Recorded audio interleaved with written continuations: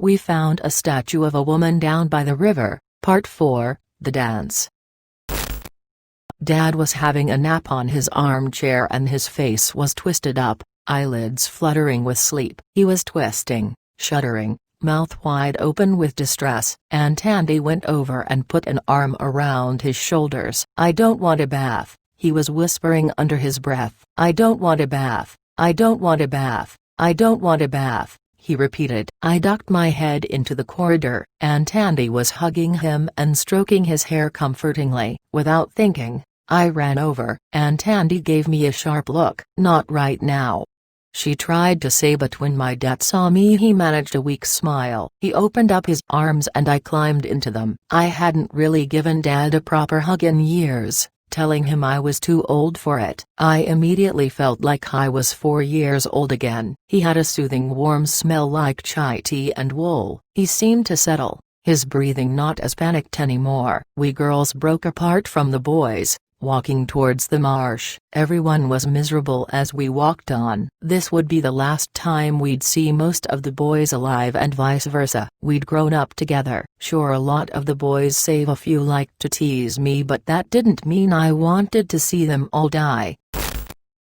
Later on, when I was out of all of this, I read that there were experiments on non-Newtonian liquid, called oabalek. People filmed themselves walking across a pool of it without sinking. The second they stopped moving they began to sink in it. The marsh had an area of non-Newtonian liquid where the dance would take place. You couldn't stop dancing even for a moment or you'd be swallowed up. There was a small chunk of earth in the middle where the statue was, but the base was covered with barbed wire, nails and broken glass. Even if you did go to the patch of stable earth for a break, you could only balance by grabbing the base and slicing your arms up. Apparently in the first Kothpo someone had ended up bleeding to death, hanging onto the base of the statue. "I don't know, what sounds worse to you?"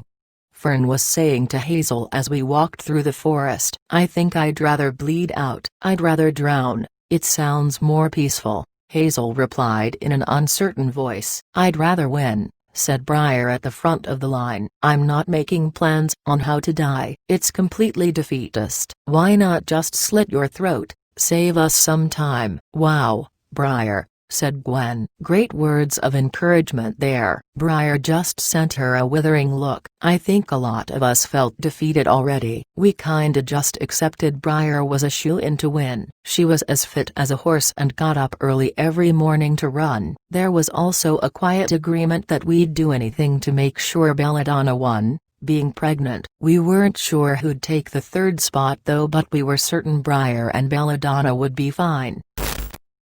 Then there was me, underweight and malnourished worm girl, Juniper, who was nicknamed after the biggest planet in the galaxy, and Daffodil, who suffered from asthma. People kept sending us sympathetic looks. I think people had pretty much given up on us. The glint of gold shone in the distance. A feeling of dread hung over the line of girls and women as we approached it. The ground beneath us was getting muddier, more watery by the second. Then the trees thinned out and we were in the area of marsh with rose gold in the center. We waited for a few moments as the funeral dirge ended. Then, another more ominous tune started. Later on, when I left this place, I learned that the song they played was The Rite of Spring, replaying it over and over again throughout the night. One of the older girls, Winter, turned around to us. She sent us a small, sad smile. She'd been given the flare to carry and she put it on the wedge of a tree for when the Kothpo was over. "Best of luck everyone,"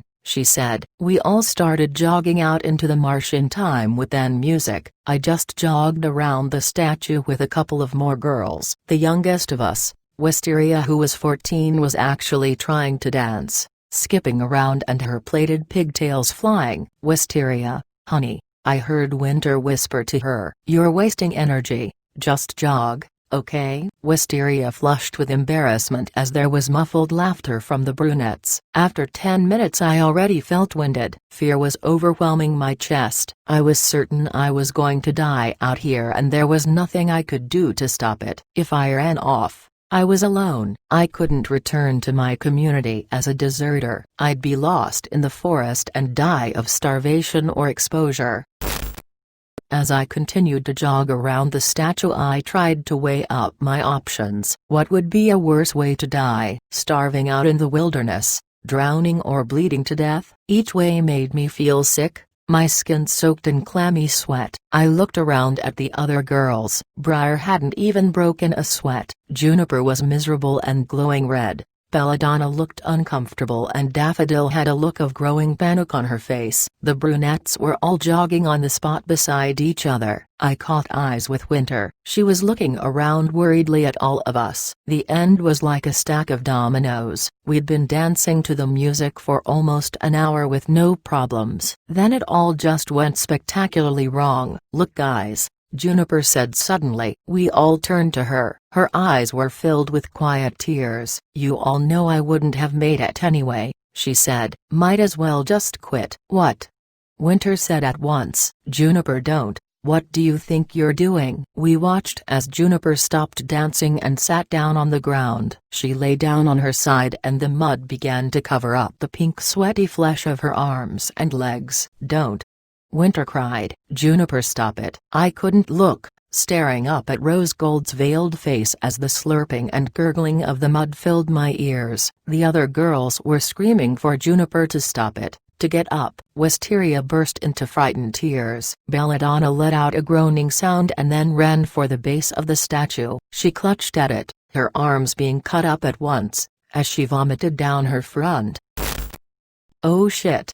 Winter shouted. "Quickly come over here and I'll try to bandage your arm up." As she jogged on the spot, she began to rip at the hem of her dress. Belladonna clutched at the statue base, glass sticking into her hands. She wavered dizzily, leaning entirely on the base, the jagged edges sticking into her stomach. "For God's sake, someone get her!"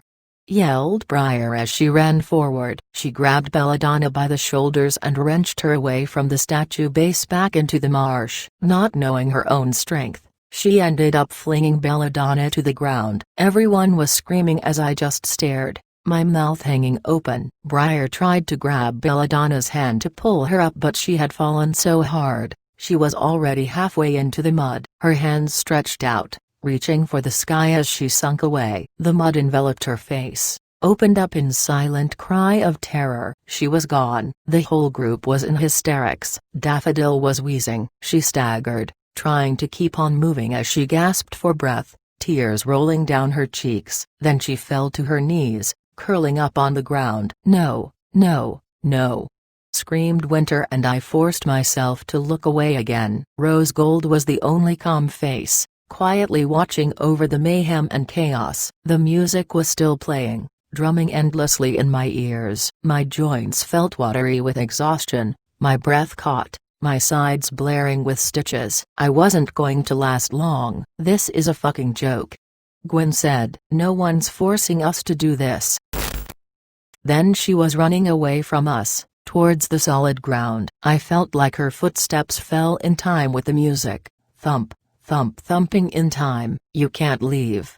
Briar screamed. "You selfish bitch!" Gwen turned on her over by the trees. "Just come with," she said. "No one's making you do shit." "Yeah, just fuck our whole culture and traditions, right?"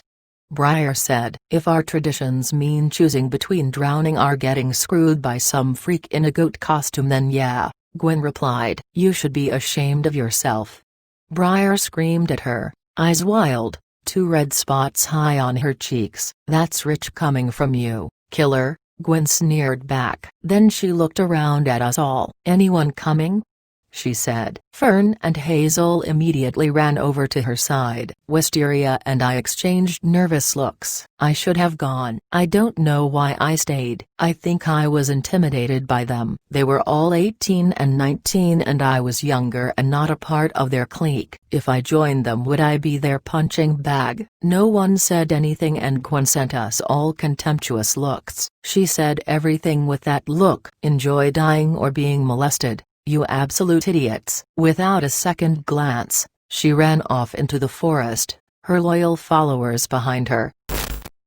There were only 4 of us left now. Myself, Winter, Wisteria and Briar. Briar let out a choked sobbing sound. "I didn't mean to kill her," she said. voice breaking. I didn't mean to. I didn't mean to. Her eyes were popping, tears streaming down her face, mouth hanging open. The music kept on playing. I felt it boring into my mind like hungry insects. It was just an accident, said Winter. We know it wasn't on purpose. Briar began to cry, putting her face in her hands. The baby died too, she sobbed. The rest of us didn't know what to say. We just jogged helplessly on the spot, staring at Briar. She murmured something that we couldn't hear. It's looking at me. We finally made it out. It's looking at me. I can see her. She's staring. She's staring. She looked through her fingers at Rose Gold, a look of terror in her eyes. We all looked at the statue,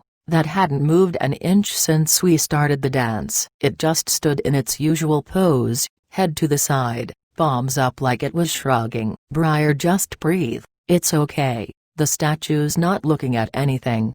Winter tried to say as Wisteria's whimpering grew stronger by the second. Briar let out an ungodly scream. Its eyes, can't you see its eyes? She wailed. She's looking, she's judging me. I can see it. Make her stop, make her stop. You couldn't even see the eyes of the statue properly, the veil covering it. But for some reason, Briar was seeing a staring judgmental gaze that didn't even exist. She was screaming, crying, horrified and hysterical. I'm sorry, she said, falling to her knees at the base of the statue. I'm sorry, please. Her legs were beginning to sink into the mud, her arms clutching at the base, hands gushing blood at the glass and nails. Come on, Winter said to us. It's over. Commande. Wisteria was still crying as we ran for solid ground. Looking behind my shoulder, I saw Briar, kneeling in the mud, sobbing at the base of the statue. I hadn't shed a single tear since the dance started. I think I was in shock. I felt numb and slightly dizzy, like I was about to faint. The three of us ran into the forest together, leaving Briar behind. I was alive. I had survived the Kothpo. There was a deafening scream from outside, and Tandy ran to the window. Leith, she called. Leith was cowering in his car. His car lights illuminated the ghostly figure of Liam, standing in the road in front of Leith's car. He wasn't doing anything, just standing with his arms up in surrender. I'm your father, said Liam to Aunt Andy with a desperate smile on his face. I just want to come in and say hello. Cup of tea? Isn't chamomile your favorite, dear Sky? Is that such a crime? Sky moaned, wrapping his arms around his head. I heard the call of police sirens. Liam's pleasant expression twisted at once. You called the cops on your own family? He shouted, his eyes, mouth and nostrils like black pits in the white shine of the headlights. How dare you? The police rounded the corner. You can't avoid destiny, he said as he backed away. Rose Gold wants us to be reunited. You can't fight her. Then he ran for the fence that led to the forest. One of the police helped the hysterical Uncle Leith to the front door. We'll go into the forest to look for him, the officer said. He can't hide forever. You all just stay here, okay? Aunt Andy muttered a thanks. She put Uncle Leith down on the couch and put a blanket over him. Dad got up to get him a drink. I can't believe he's back, said Uncle Leith, voice shaking. It's gonna be fine, said Aunt Andy. The cops are after him now. Uncle Leith brushed away the tears with the back of his hand, exhaling hard.